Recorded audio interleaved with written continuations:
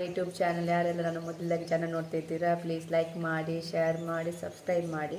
ಇವತ್ತು ನಾನು ಮಳೆಗಾಲದಲ್ಲಿ ಮನೆಯಲ್ಲೇ ಕೂತು ಏನಾದ್ರು ತಿನ್ನಬೇಕು ಅಂತ ಅನಿಸಿದರೆ ಈ ಥರ ಒಂದು ಸಿಂಪಲ್ಲಾಗಿ ಮಾಡಿ ತಿನ್ಬೋದು. ಅಂದರೆ ಇದು ಎಲ್ಲರಿಗೂ ಸಹ ಗೊತ್ತುಂಟು, ಆದರೂ ಕೂಡ ಈ ಮಳೆಗಾಲದಕ್ಕೊಮ್ಮೆ ನೆನಪು ಮಾಡುವ ಅಂತ ನಾನು ಮಾಡ್ತಾಯಿದ್ದೇನೆ. ಅಂದರೆ ನನಗೆ ತುಂಬ ತಿನ್ನಬೇಕು ಅಂತ ಆಯಿತು, ಅದಕ್ಕೆ ನಾನು ಮಾಡ್ತಾಯಿದ್ದೇನೆ. ಅದನ್ನು ಯಾವ ರೀತಿ ಮಾಡೋದು ತೋರಿಸ್ಕೊಡ್ತೇನೆ. ಬೇಕಾದ್ರೆ ನಿಮ್ಮ ಟ್ರೈ ಮಾಡಿ ನೋಡಿ, ಒಮ್ಮೆ ಮಾಡಿರ್ಬೋದು, ಆದರೂ ಕೂಡ ಒಮ್ಮೆ ಟ್ರೈ ಮಾಡಿ. ಯಾಕಂದರೆ ಇದು ತಿಂದರೆ ಯಾರು ಸಹ ಬೇಡ ಅಂತ ಹೇಳೋರು ಯಾರು ಸಹ ಇಲ್ಲ, ಅದಕ್ಕೋಸ್ಕರ.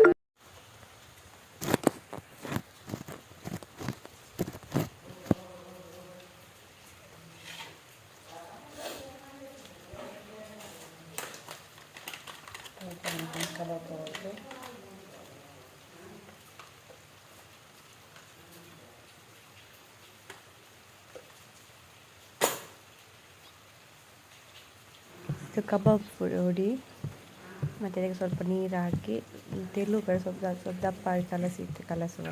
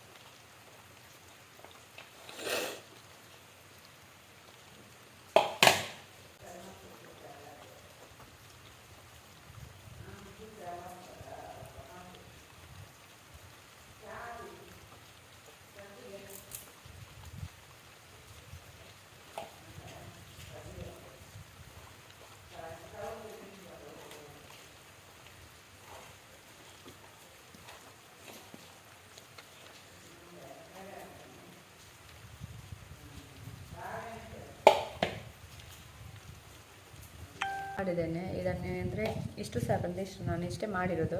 ಅಂದರೆ ನಿಮಗೆ ತುಂಬ ಜನ ತುಂಬ ಮಾಡಿ ನನಗೆ ಇಷ್ಟು ಸಾಕು ಅನಿಸಿತ್ತು, ನಾನು ಇಷ್ಟು ಸಾಕು ಮಾಡಿದ್ದು. ಇಲ್ಲಿ ಇಷ್ಟು ಒಂಥರ ಇಷ್ಟು ಗಟ್ಟಿ ಬಂದರೆ ಸಾಕು. ಅಂದರೆ ನೋಡಿ ಈ ಟೈಪಲ್ಲಿ. ಬೇರೆ ಸ್ವಲ್ಪ ಜಾಸ್ತಿ ಸಹ ಹಾಕೋದಾದರೆ ಹಾಕ್ಬೋದು, ನಾನು ಇಷ್ಟು ಹಾಕಿದ್ದೇನೆ. ಅಂದರೆ ಇದು ತುಂಬ ಟೇಸ್ಟ್ ಆಗುತ್ತೆ. ಅಂದರೆ ಕಬಾಬ್ ಹುಡಿ, ನಮ್ಮ ಮೀನಿದ್ದು ಹುಡಿಗಿಂತ ಕಬಾಬ್ ಹುಡಿಯಲ್ಲಿ ಸ್ವಲ್ಪ ಅಂಟು ಜಾಸ್ತಿ. ಅಂದರೆ ನೀವು ನೋಡಿ ಇಷ್ಟು ಆದರೂ ಸಾಕು. ಮತ್ತು ಇದನ್ನು ಜಾಸ್ತಿ ಹೊತ್ತು ಇಟ್ಟು ಸಹ ಪರವಾಗಿಲ್ಲ. ನಾನು ಜಾಸ್ತಿ ಹೊತ್ತು ಇಡ್ತಿಲ್ಲ. ನಾನೀಗ ಫ್ರೈ ಮಾಡ್ತಿದ್ದೆ. ನಮ್ಮದು ಯಾವ ಥರ ಬರ್ತದೆ ನೋಡೋಣ. ನಿಮಗೆ ಇದು ಇಷ್ಟ ಆಗುತ್ತೆ ಅಂತ ಅನಿಸುತ್ತದೆ. ಇಷ್ಟ ಆದರೆ ಪ್ಲೀಸ್ ಲೈಕ್ ಮಾಡಿ, ಶೇರ್ ಮಾಡಿ, ಸಬ್ಸ್ಕ್ರೈಬ್ ಮಾಡಿ. ಯಾಕಂದರೆ ಇನ್ನು ಮುಂದೆ ನಿಮ್ಗೆ ತುಂಬ ವೆರೈಟಿ ವೀಡಿಯೋಸ್ ಮಾಡ್ತೇನೆ ನಾನು. ಈಗ ಸ್ವಲ್ಪ ನನ್ನ ಮಗು ಸಣ್ಣ ಇರೋದ್ರಿಂದ ಸ್ವಲ್ಪ ಕಷ್ಟ ಆಗ್ತುಂಟು, ಅದಕ್ಕೋಸ್ಕರ.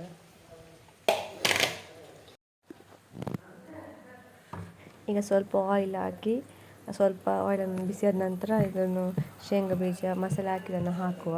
ಸ್ಲೋ ಇಟ್ಕೊಂಡು ಒಂದು 5 ನಿಮಿಷ 10 ನಿಮಿಷ ಹಾಗೆ ಫ್ರೈ ಮಾಡುವ. ಅಂದರೆ ತುಂಬ ಚೆನ್ನಾಗಿ ಬರ್ತದೆ. ಅಂದರೆ ಫಾಸ್ಟ್ರೆ ರಪ್ಪ ಇದು ಫ್ರೈ ಆಗುತ್ತೆ, ಅದಕ್ಕೋಸ್ಕರ ಸ್ಲೋಲಿ ಇಟ್ಟರೆ ಅಂದರೆ ಅದರ ಬೀಜ ಚೆನ್ನಾಗಿ ಎಲ್ಲ ಫ್ರೈ ಆಗುತ್ತೆ. ಅದಕ್ಕೋಸ್ಕರ ಈ ವಿಡಿಯೋ ಇಷ್ಟ ಆದರೆ ಪ್ಲೀಸ್ ಲೈಕ್ ಮಾಡಿ.